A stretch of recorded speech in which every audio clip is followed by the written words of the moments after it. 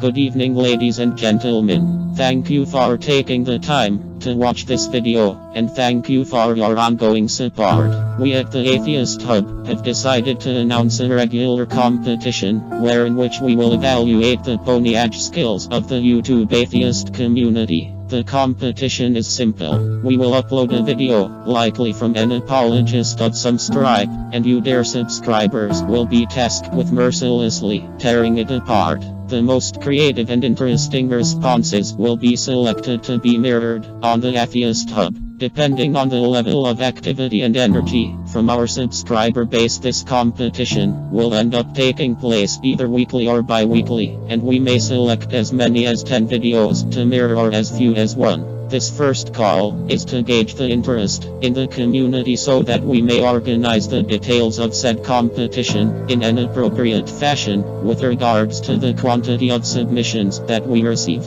If this is successful, we may even contrive to work out bonuses of some kind for the winners. Submission guidelines are simple. Make a video and PM it to this channel with the subject line "A contest entry" followed by the name of the video that you are responding to. Please try to keep it under 10 minutes so as not to overtax the jury. If you would like to help out, feel free to send this video or any future call for submissions to friends of yours. We will be on the lookout for new channels to promote and new voices to spread to the wide world of YouTube. And without further ado, here is your first apologist punching bag. Punching bag.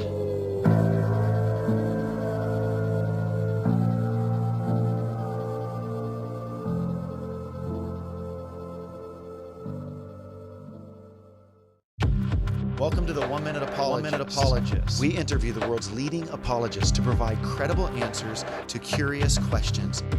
Frank, is same-sex marriage wrong apart from the Bible? Apart from what the Bible says, yes, I think you can make a very good argument that it's not a good idea to support same-sex marriage regardless of what the Bible says.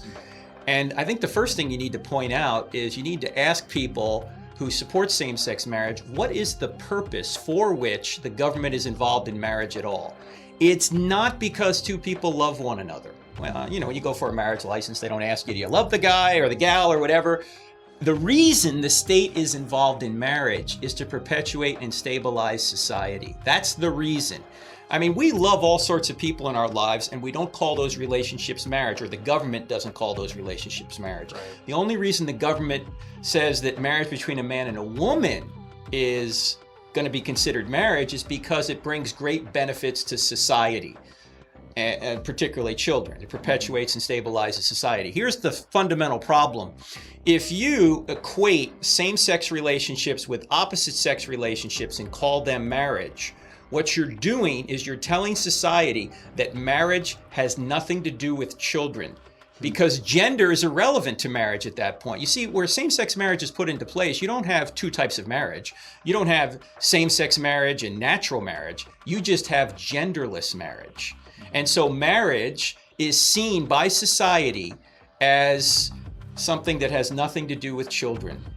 And when marriage has nothing to do with children, there's no institution in society to protect children.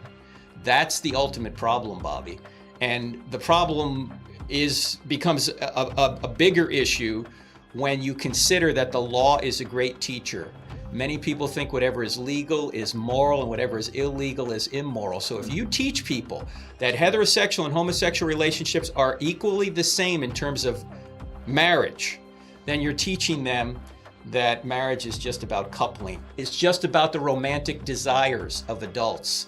And so when that happens, society has lost the fundamental brick in the foundation of civilization. The fundamental brick is the biological two-parent family. If society does not say that's the special relationship, then society is ultimately going to crumble. When the bricks of a building begin to crumble at its foundation, the whole building comes down.